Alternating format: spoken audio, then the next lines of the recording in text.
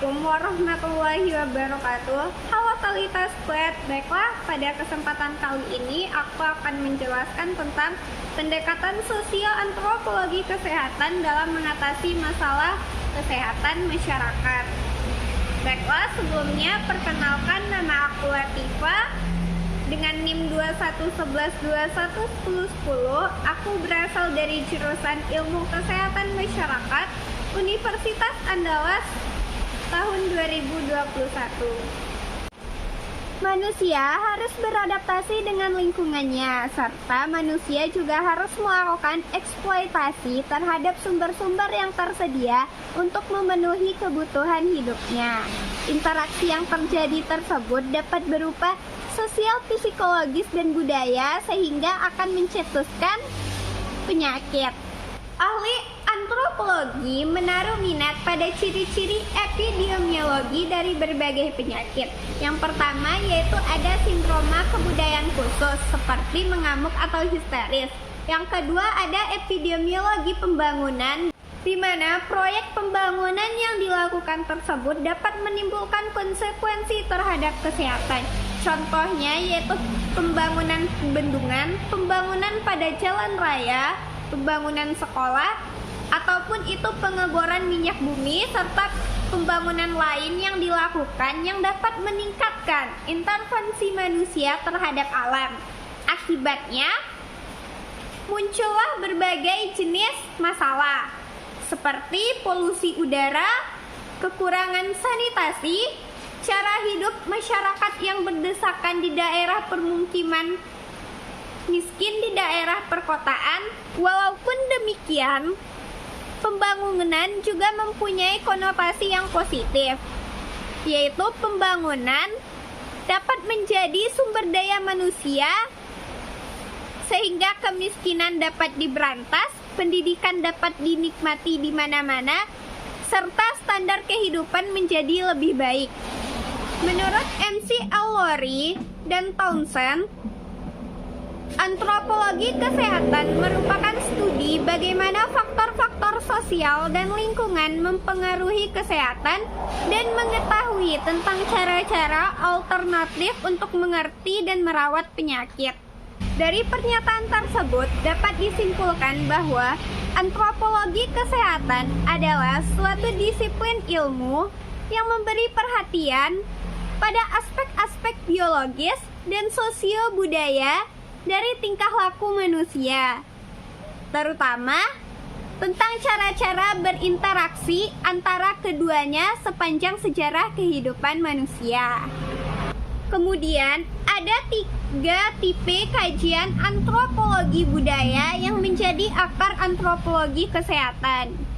Yang pertama yaitu kajian tentang obat primitif, tukang sihir dan magic. Yang kedua yaitu kajian tentang kepribadian dan kesehatan di berbagai setting budaya. Yang ketiga, keterlibatan ahli antropologi dalam program kesehatan internasional dan perubahan komunitas yang terencana.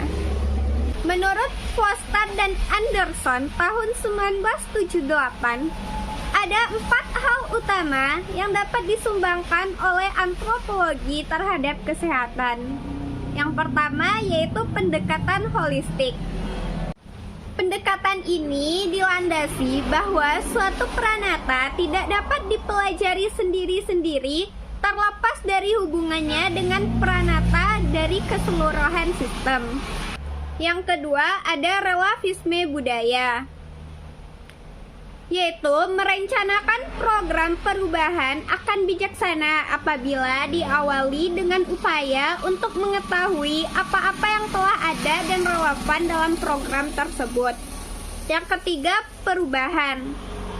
Suatu perubahan terencana akan lebih berhasil apabila perencanaan program yang dilakukan bertolak dari konsep budaya. Contohnya yaitu dengan memfokuskan diri pada bangunan fisik, perilaku yang nampak, juga aspek psikobudaya pada pembaruan program kesehatan. Yang keempat, metodologi penelitian antropologi, yaitu dengan hidup di tengah-tengah masyarakat yang distudi untuk beberapa bulan agar mengetahui apa yang benar-benar dibutuhkan oleh masyarakat yang akan menjadi target tersebut. Yang kelima yaitu adanya premis-premis antropologi. Beberapa ahli antropologi memiliki premis. Yang pertama yaitu penyakit dapat berupa beberapa bentuk yang merupakan fakta umum dari kehidupan manusia itu sendiri. Yang kedua yaitu seluruh kelompok manusia telah mengembangkan metode dan aturan yang sesuai dengan sumber daya alam dan strukturnya dalam mengatasi dan merespon penyakit. Yang ketiga yaitu seluruh kelompok manusia akan berperan dalam mengembangkan kepercayaan, pengertian, dan nilai-nilai yang konsisten terhadap budaya, penyakit, dan tindakan dalam mengatasinya. Peran antropologi dalam mengatasi masalah kesehatan yaitu yang pertama, memberikan cara untuk memandang masyarakat secara keseluruhan termasuk individunya, di mana cara pandang yang tepat akan memberikan kontribusi yang tepat dalam meningkatkan kesejahteraan suatu masyarakat dengan bertumpu pada akar kepribadian masyarakat tersebut. Contoh yaitu dengan pendekatan sistem holistik, emik, relativisme yang akan menjadi dasar pemikiran dalam antropologi yang dapat digunakan dalam menyelesaikan suatu masalah dan mengembangkan situasi masyarakat menjadi lebih baik.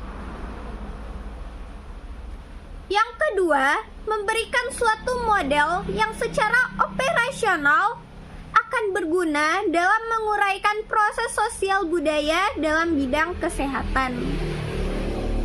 Yang ketiga, yaitu memberikan sumbangan terhadap metode penelitian dan hasil penelitian, baik itu dalam merumuskan suatu masalah atau suatu pendekatan yang tepat, maupun dalam membantu menganalisis dan interpretasi hasil tentang suatu kondisi yang ada di masyarakat. Baiklah, sekianlah pembahasan pembelajaran kita pada hari ini. Sampai jumpa di pertemuan selanjutnya. Bye-bye. Talita Squad.